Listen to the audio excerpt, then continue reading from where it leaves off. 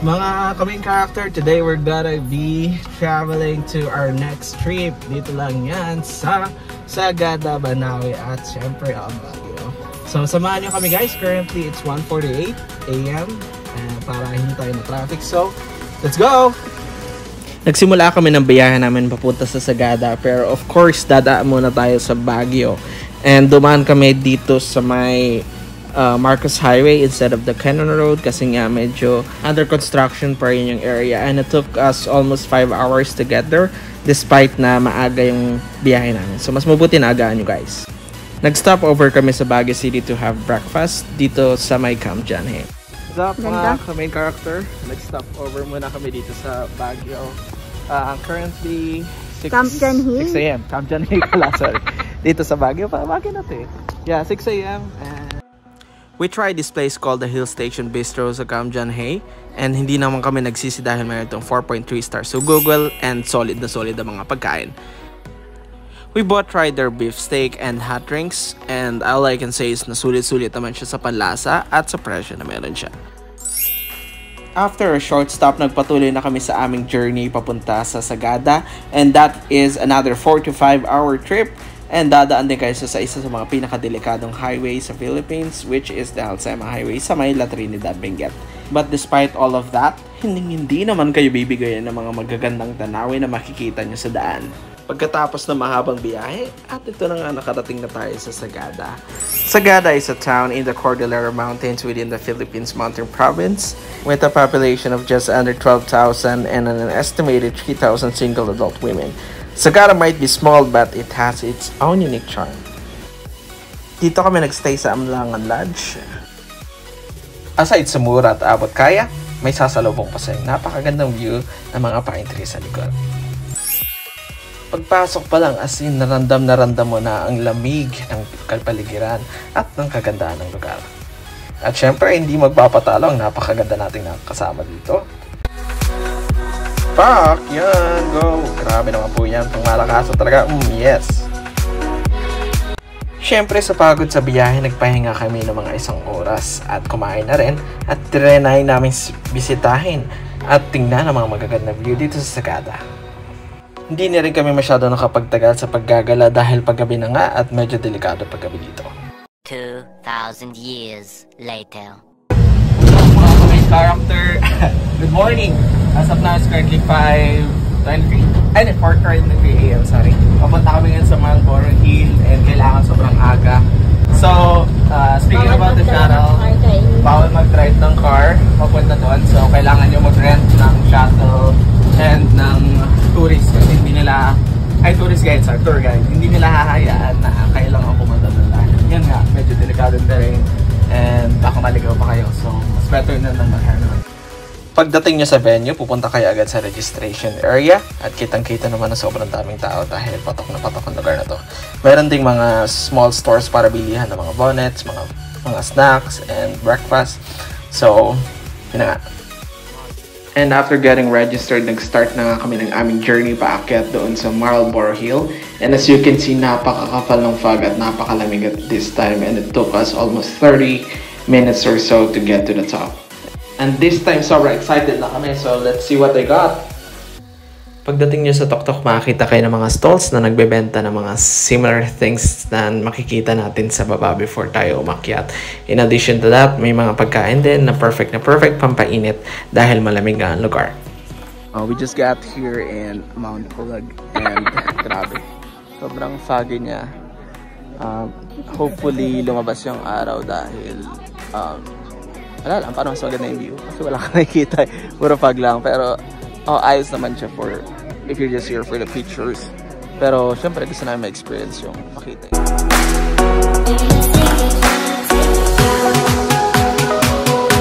Wow!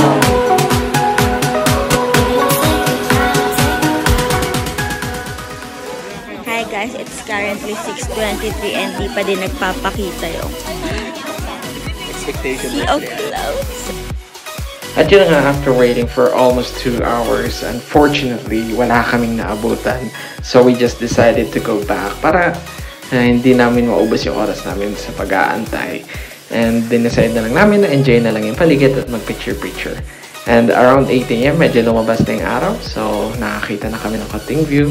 And yun na nga, dahil kalaban niyo yung weather and yung nature dito, you can't expect na lalabas yung araw all the time. So according to our tour guide, pinaka best time to visit Sagada is around February, March, April, just before summer. On our way back, marami naman kaming natutunan dahil inengganyo kami ng aming tour guide teaching us about plantation, food, culture, and sa language na meron sa Sagada. At isa pang pampalubag-loob, may nakasalubong kami isang religious group na nagpakita ng kanilang street performance na libre lang para sa pangmasa.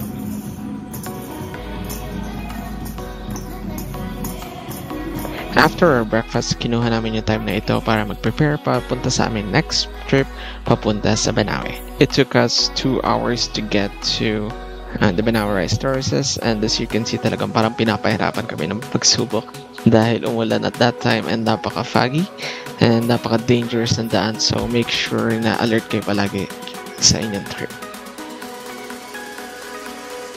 Instead of going to the main viewing point sa Banawe, I would suggest you visit Zoe's Cafe dahil mas maganda yung offer nilang view sa terraces. At the same time, mas maliit yung chances na marami kayong makasama sa pila at solong-solo yung lugar. And hindi lang yun, meron din sila mga in-offer na food, beverages. At the same time, marami rin souvenirs na pwede nyo magustuhan dito lang sa Banawe. And just a little bit of trivia. The Banawe Rice Terraces, or ang mas kilalang hagdang-hagdang palayan ng Banawe, are terraces that are carved in the mountains of Banawe, Ifugao, by the ancestors of the Igorot people.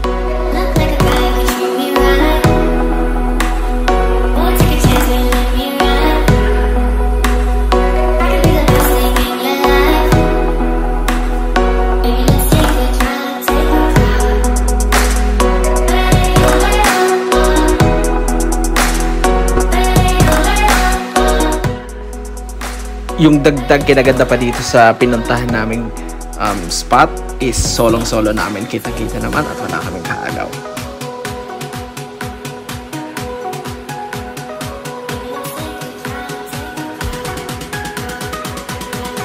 Wow! As in, grabe. Wala ka talagang masasabi dito sa Rice Terraces na ito.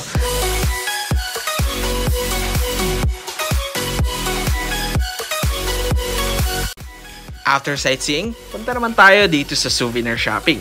Dito lang rin yan makikita sa Zoe's Cafe. Exclusive siya sa lahat, may view ka na, may pagkain ka na, kaya solid talaga yung lugar na ito. At yun na nga, after namin nag-visit sa Banawe Rice Terraces, hindi na kami bisita pa sa ibang mga pwedeng puntahan dito sa lugar na ito at nag-start na kami bumalik sa Sagada. Noong nagsimula nang mawala ang fog, nag-stop over kami dito sa side mountain dahil kitang-kita na ang maganda view. Sa kalagitnaan papunta sa Sagada, bumili rin kami ng mga fruits and vegetable para hindi masayang ang pagpunta natin dito. Kitang-kita na napaka-fresh ng lahat, so try nyo na.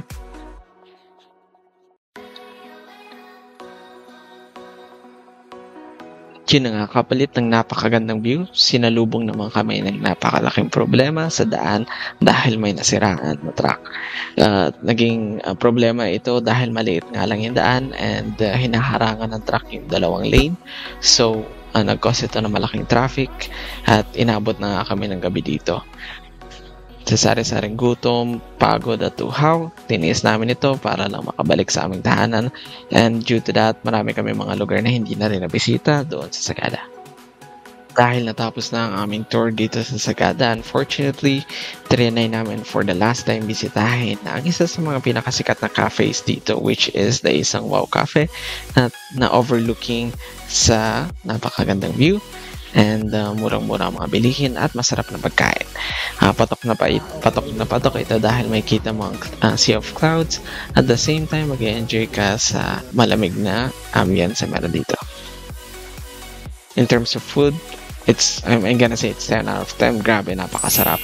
And in terms of the view, siguro mas maganda pa kung nagpakita yung araw, but unfortunately, napakamalas talaga namin. Hindi pa rin siya nagpakita sa amin. Pero sulit naman dahil kitang-kita yung kagandahan ng mga clouds.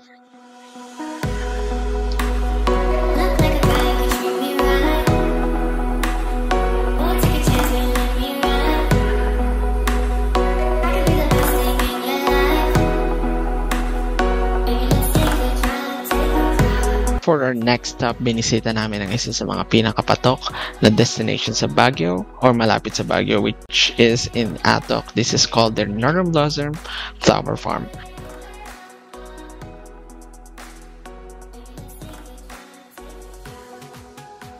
What's up mga ka-main characters? As of now, we are currently in the Northern Blossom Flower Farm. Kung saan nakita nyo, ang daming flowers na napakaganda and napaka-IG worthy na mga pictures and pang-profile pictures ang pwede nyo makuha dito. Grabe, medyo may kamahalan lang siya sa entrance fee dahil maintindihan naman natin hindi ganun kadali i-maintain. Itong flower farm na ito ay punong-puno ng different colors and vibrant of flowers, marigolds, roses, and many more. At patok na patok ang lugar na ito para sa mga couples at kitang-kita naman sa mga ngiting ni Madam Ali na talaga nag-enjoy siya sa lugar na ito. And because napakaganda ng mga pictures and videos na pwede mo makuha, both IG worthy and for documentary.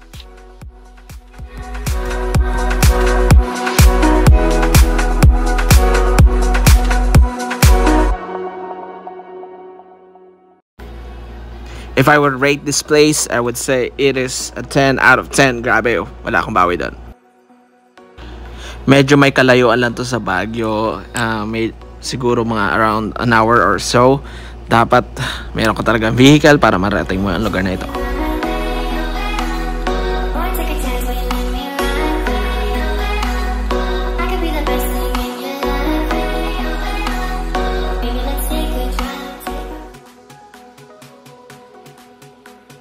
After namin nag-enjoy sa lugar, ang isa pang maganda dito ay meron silang binibigay na free snacks and drinks. Kung gusto mo naman ng souvenir ng mga halaman, flowers, or vegetables, meron din sila. Dating namin sa Baguio City, dumiretso na kaagad kami sa strawberry farm para bumili ng strawberry jams and bumili ng mga pasalubong para sa aming mami na mahal. Ang napakaganda dito sa lugar na ito at ang mga presyo ng mga bilihin dahil sobrang mura lang at abot kaya. For our next stop, this place would be perfect para sa mga tao mahilig sa mga thriller, horror, at sa mga eerie na mga bagay, and this is called the Old Diplomat Hotel. This is one of the well-known destinations because of the dark history na meron ito. And just for a trivia, the Dominican Hill Retreat House was built in 1913 atop a hill in the famed Philippine city of Pines. Magandang hapon sa inyo lahat. Dito, matatagpuan ang hindi umanong Old Diplomat Hotel. With the outbreak of World War II, it became a camp for refugees escaping the Japanese army, but was eventually invaded, and the Japanese secret police, the Kempeitai, committed terrible acts of brutality, massacre, raping, and torturing many of the inhabitants, and even decapitating nuns and priests. While we're here, talagang mararamdaman mo yung negative energy. So make sure na makapagpag kayo sa ibang lugar before kayo pumunta sa apartment nyo or before kayo umuwi ng bahay. Medyo creepy man, but still, kitang-kita naman na maganda yung pwesto ng hotel na ito.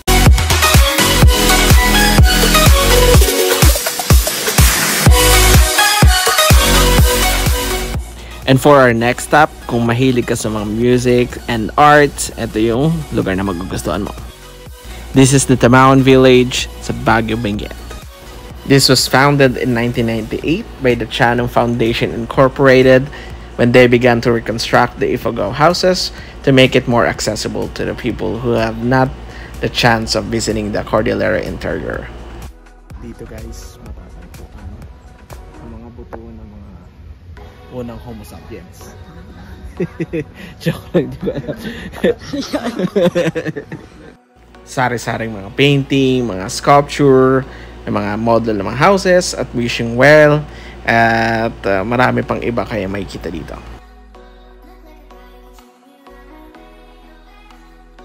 Medyo malawak ang attraction na to at merong akyat baba, so make sure na sinusuot nyo yung proper attire. We also had the privilege of also witnessing yung sayaw na meron ang lugar na ito. And we are performing different dances here in the Cordilleras. So first, you are going to witness a community dance coming from the province of Mountain Province. It is called Balangba.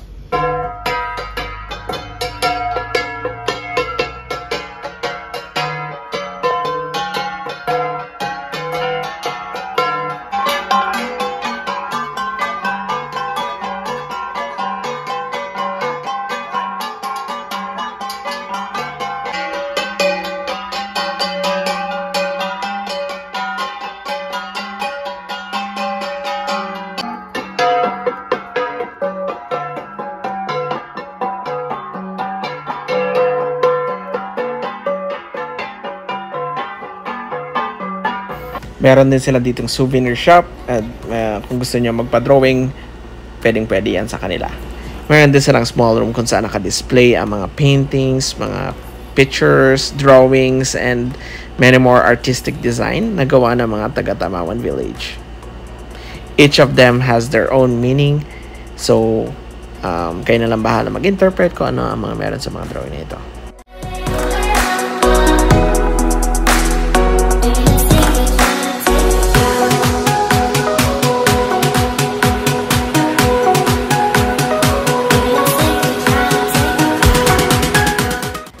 After mag-sightseeing, syempre hindi mawawala ang side eating.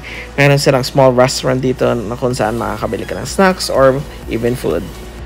Hindi naman masyado kamahalan, so sulit na sulit rin siya. In terms of panglasa, siguro, let's say, 8 out of 10. Punong-puno din ng mga display of arts ang makikita niya dito sa restaurant na ito.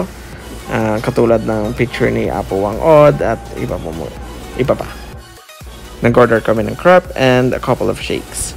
This time, bumalik kami sa Camp John Hay para libutin ang iba pang mga attractions na meron sa lugar na ito, not just eating this time. Our first stop dito sa Camp John Hay is the Cemetery of Negatism. Bagay na bagay ito para sa may mga nagdadalang panghinanakit or mga burdens sa inyong damdamin.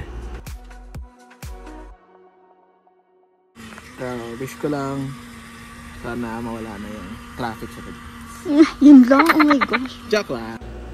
Another short trivia, ang Camp John Hay was formerly a military base of the United States Armed Forces way back in the 1900s. Sa sobrang lawak ng Camp John Hay, hindi na namin nabisita lahat, so we just decided to visit the Bell House as our final trip. Just so you know, the Bell House was the official vacation house of the Commanding General of the Philippines, which is General John Franklin Bell during the early 1900s.